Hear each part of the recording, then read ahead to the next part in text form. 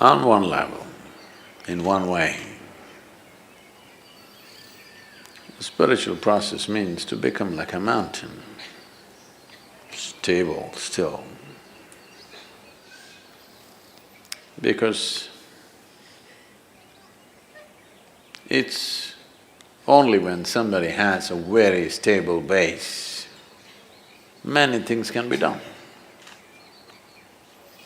Exuberance of life is possible only if there is absolute stability. Otherwise, exuberance will lead to madness. Yes? That's why a lot of people who are a little creative, little active, little exuberant, always end up being freaky and nearly insane. Because without stability, you cannot have a dance going. This is why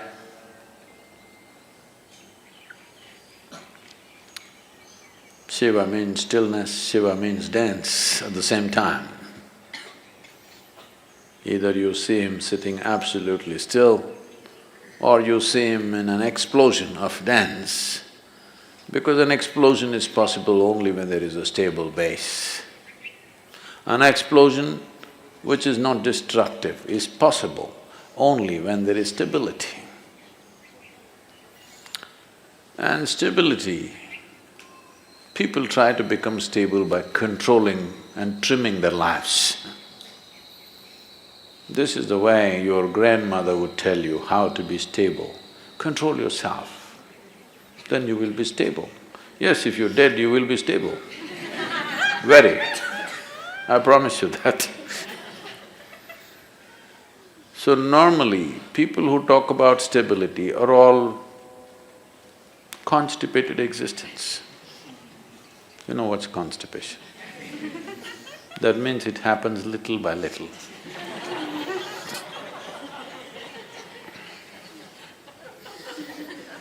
Their joy, their love, their ecstasy happens little by little, here and there.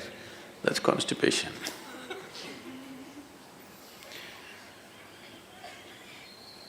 So, stability is not because you have trimmed your life down or pruned it down to minimal and you're stable. That's of no consequence. Stability because you see everything utterly clearly.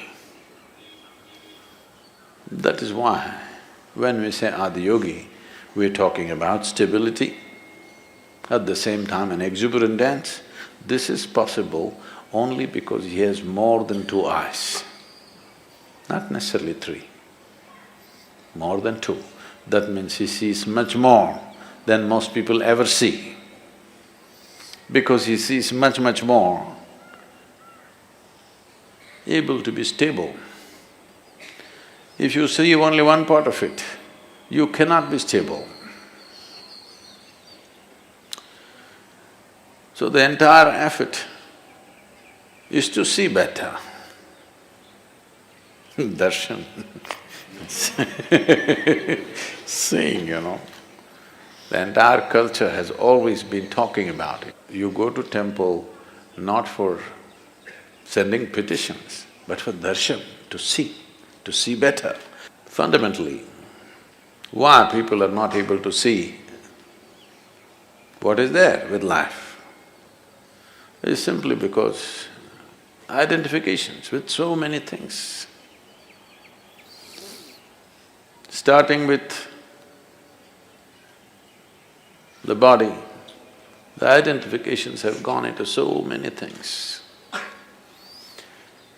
The moment you identify with something, your entire mind understands that it needs to be protected and just works for that. So how do I break my national identity, my religious identity, my racial identity? You don't have to go like this. If you break your identification with your own body, it's gone. Everything is gone because everything is rooted in that. Everything is just an amplification of your identification with the limited boundaries of your own body. The moment you get identified with this, rest of the identification is only multiplication. And it multiplies pretty rapidly. The more successful you are with whatever you're doing, you will multiply much faster. And you will be able to see less and less as your identities grow. The drama, the psychological drama raises in crescendo, won't allow you to see anything. Your own thoughts and emotions will drown you. Unfortunately, the world has been constantly pushing people to believe that what's happening in your mind is very important. I've been trying to convince the world what's happening in your mind is just trash. No, Sadhguru, I'm thinking about God, that is also trash.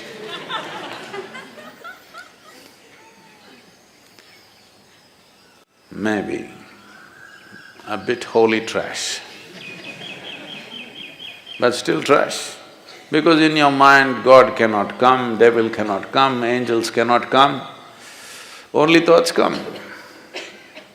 It's a fool who identifies one thought as sacred, another thought as something else. Thought means something that's not real right now. Thought means old garbage is festering in your mind. You need to think to survive about this and that. But you don't need to think to explore something new. You don't need to think to become enlightened. Because what will you think?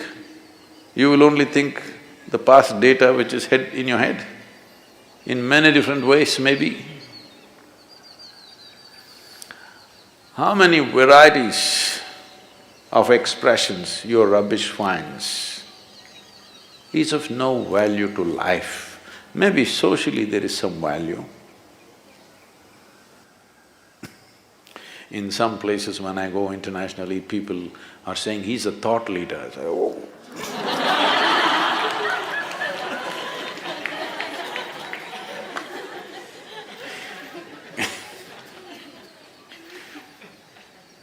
No thought in my head. So seeing clearly, seeing everything, that your vision is not obstructed by yourself. If this one thing happens, stability will happen. Exuberance, you don't have to worry because that's the nature of life itself. Everything is exuberant. Stability it takes to allow exuberance to happen. Otherwise, you keep curtailing your exuberance because it hurts when it's out of balance. If you're out of balance and you move at a certain speed, you're going to hurt yourself. Whether you're riding a bicycle or you're riding the cosmos, if you're out of balance and you attain speed, you're going to hurt yourself very badly. So balance is very important, and balance that comes out of curtailment is not balance, that's,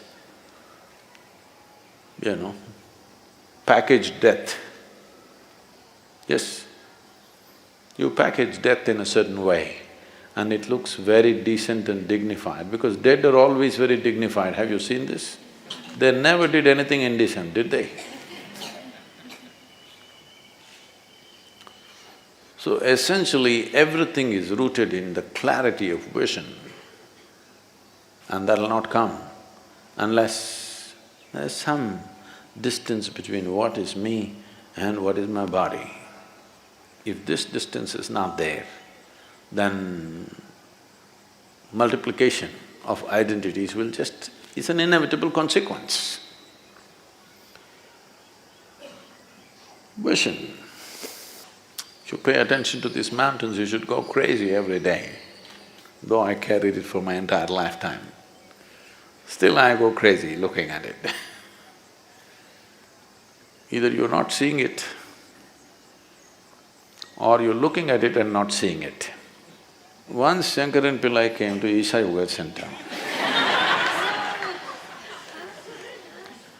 and said he wants to stay in a room which has the spectacular view. So after thinking, the reception put him in the Chitra block. Next day morning, he woke up and he complained, "I asked for a room with a view. Why did you put me here?" Just tried to explain, this is the room with the best view. He said, "Where is the damn view? The mountain is in the way."